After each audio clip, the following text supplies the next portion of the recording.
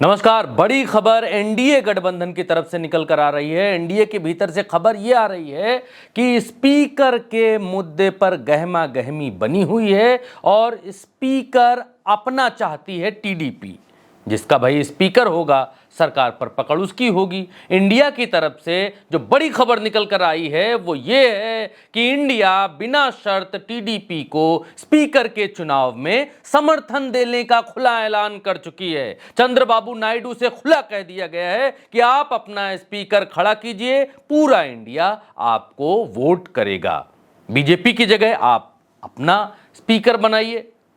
TDP को इस बात से ऐसा लग रहा है जैसे बिन मांगी मुराद पूरी हो गई है। सुनने में आ रहा है कि चंद्रबाबू नायडू इस बात पर विचार कर रहे हैं, इंडिया के इस ऑफर पर विचार कर रहे हैं। जब से ये सब बातें सामने आई हैं तब से बीजेपी खेमे में खलबली है, बीजेपी बेचैन है। शिवसेना नेता संजय राउत ने एनडीए के दूसरे सबसे बड़े सहयोगी दल तेलुगु देशम पार्टी, सबसे बड़ा सहयोगी दल है 16 सीटों के साथ तेलुगु देशम पार्टी, उनसे कहा है कि अगर टीडीपी स्पीकर पद के लिए अपना उम्मीदवार उतारेगी तो शिवसेना उनका समर्थन करेगी। इस बीच खबर यह भी निकल कर आ रही है कि बीजेपी अपने एनडीए सहयोगियों के साथ जल्दी से जल्दी बैठक कर लेना चाहती है और उनको यह समझाना चाहती है कि इधर उधर होने की आवश्यकता बिल्कुल नहीं है, इधर उधर जाने की आवश्यकता नहीं है। मोदी आप लोगों को निराश नहीं करेंगे, ये मोदी की गारंटी है।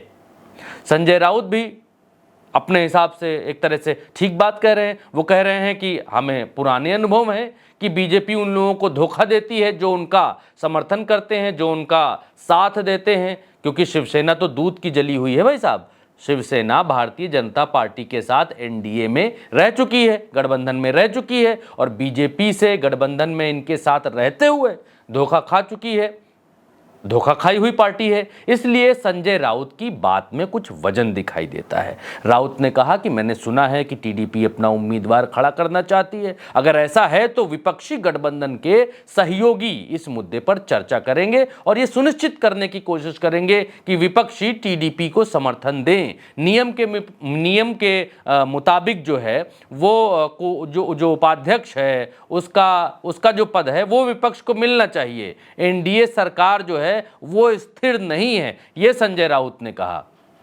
दोस्तों, मोदी सरकार में संसद से पहले यानी सत्र से पहले एनडीए की बैठक होने जा रही है और इस बैठक में लोकसभा अध्यक्ष पद के उम्मीदवार पर चर्चा होगी और संसद सत्र में गठबंधन सहयोगियों के बीच बेहतर समन्वय तालमेल बनाने की कोशिश की जाएगी कि कैसे बेहतर तालमेल बना सकें, लोग बीच से निकलकर ना भागें, तुन्न मुन्न ना हो, ये भी भारतीय जनता पार्टी करने की कोशिश करेगी। संसद का जो सत्र है वो 24 जून से शुरू हो रहा है और 3 जुलाई को ये सत्र ख़त्म होगा। सत्र बहुत लंबा नहीं है, 26 और 3 तारीख के बीच में बहुत बड़ा अंतर नहीं है और इसी बीच जो है 24 और 3 तारीख के बीच अंतर नहीं है और इसी बीच 26 तारीख को लोकसभा अध्यक्ष का चुनाव होगा। लोकसभा अध्यक्ष कौन होगा उसका चुनाव होगा। लोकसभा अध्यक्ष पद के लिए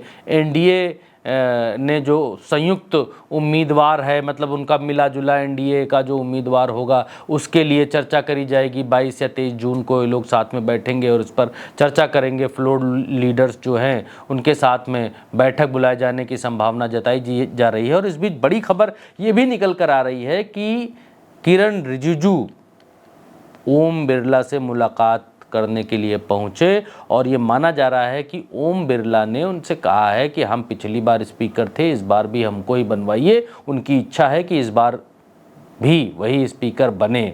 और एक नाम और चल रहा है, आंध्र प्रदेश में बीजेपी की जो अध्यक्ष हैं वो पुरंदेश्वरी उनका नाम है, वो लोकसभा अध्यक्ष पद के लिए उनका नाम काफ़ी आगे बताया जा रहा है कि अगर भारतीय जनता पार्टी अपना उम्मीदवार उतारती है तो वो हो सकती हैं, क्योंकि 18वीं लोकसभा में अध्यक्ष पद और भी महत्वपूर्ण हो चुका है। ये 18वीं लोकसभा चल रही है क्योंकि इसमें भारतीय जनता पार्टी के पास बहुमत नहीं है। सिर्फ 240 सीटें भारतीय जनता पार्टी ने जीती हैं, जो बहुमत के आंकड़े से 32 सीटें कम हैं दोस्तों, 32 सीटें। चंद्रबाबू नायडू कि जो टीडीपी है उसके पास 16 सीटें हैं, नीतीश कुमार के पास 12 सीटें हैं, 12 सांसद मोदी सरकार का सहयोग कर रहे हैं। और अगर ये दो पार्टियां बाहर होती हैं तो भारतीय जनता पार्टी अल्पमत में आ जाती है, भारतीय जनता पार्टी की सरकार अल्पमत में आ जाएगी, इसमें कोई दो राय नहीं है।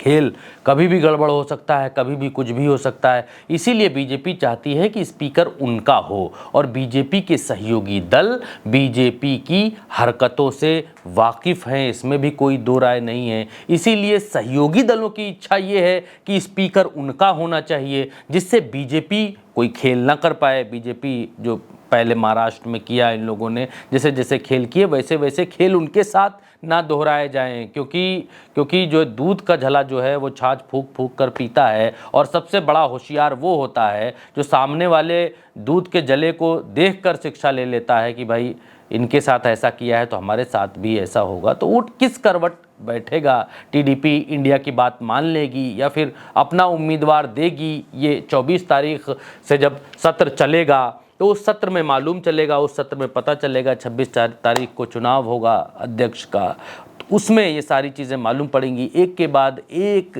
कांग्रेस की तरफ से ये बयान आ रहे हैं। पहले मल्लिकार्जुन खड़गे ने कहा कि नरेंद्र मोदी की सरकार कभी भी गिर सकती है, अल्पमत में हैं ये लोग। फिर उसके बाद नहले पर दहला राहुल गांधी ने आकर मार दिया। उन्होंने कहा कि भारतीय जनता पार्टी का जो एनडीए वाला गठबंधन है, उनके तमाम जो सांसद हैं उनके साथ उनका जो है वो सब संपर्क में हैं और नरेंद्र मोदी जी की सरकार कभी भी गिर सकती है। उसके बाद से ये चीज़ें चल रही हैं कि इंडिया कोशिश कर रहा है सरकार बनाने की, और जब ये इंडिया को लगेगा कि वो सरकार बनाने के करीब हैं तो वो दावा पेश करेंगे। हालांकि कांग्रेस की तरफ से कहा गया है सरकार इंडिया बनाए, लेकिन वो पीछे से सहयोग करेंगे, पीछे से समर्थन करेंगे। अब बहुत सारे लोग इस बात को पूछते हैं कि नीतीश कुमार तो कुछ कह नहीं रहे हैं, वो तो खुश हैं, मस्त हैं मोदी जी के साथ, टीडीपी भी कुछ कह नहीं रही है। लेकिन आप लोग इस बात को बहुत अच्छी तरीके से जानते हैं कि नीतीश कुमार बहुत मंझे हुए खिलाड़ी हैं। ऐसे नहीं वो बिहार में कितनी भी सीटें लाएं, तीसरे नंबर की पार्टी रहें, फिर भी मुख्यमंत्री वही बन रहे हैं। तो कुछ तो राजनीतिक चाणक्य वो भी हैं, इसमें तो कोई दो राय नहीं। चंद्रबाबू नायडू ने बाल अपने ऐसे छाया में बैठ के सफ़ेद तो किए नहीं हैं, राजनीतिक अनुभव उनको भी बेहतर है। अब ये कहा जा रहा है कि नीतीश कुमार अभी नरेंद्र मोदी जी से राज्य को विशेष पैकेज दिलाने की मांगेंगे कि उनके बिहार को विशेष पैकेज दिया जाए।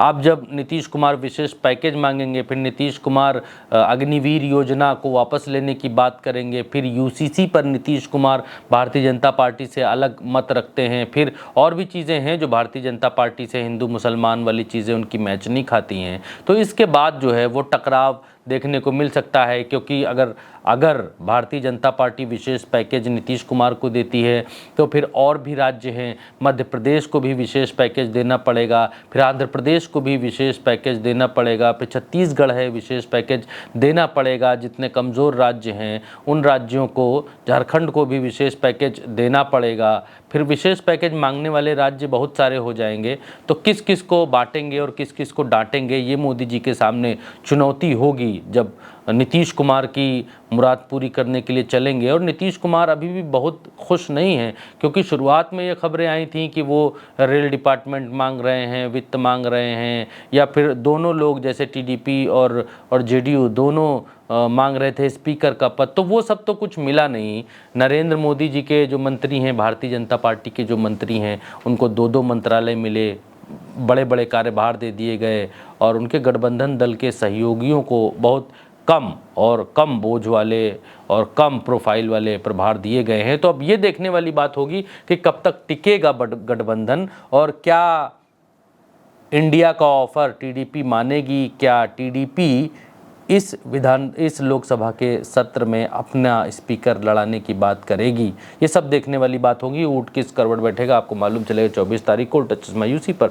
आप ये वीडियो देख रहे हैं, चैनल को ज़रूर सब्सक्राइब करिए और वीडियो को शेयर करिए। चैनल को सब्सक्राइब करेंगे तो होगा ये कि आपको हमारे वीडियोस आसपास जब भी कभी आप यूट्यूब पर आएंगे आपको देखने को मिल जाएंगे, अगल बगल शो कराते रहेंगे। बस इतना सा रहेगा, इजाज़त दीजिए। मेरा नाम भरत है, नमस्कार।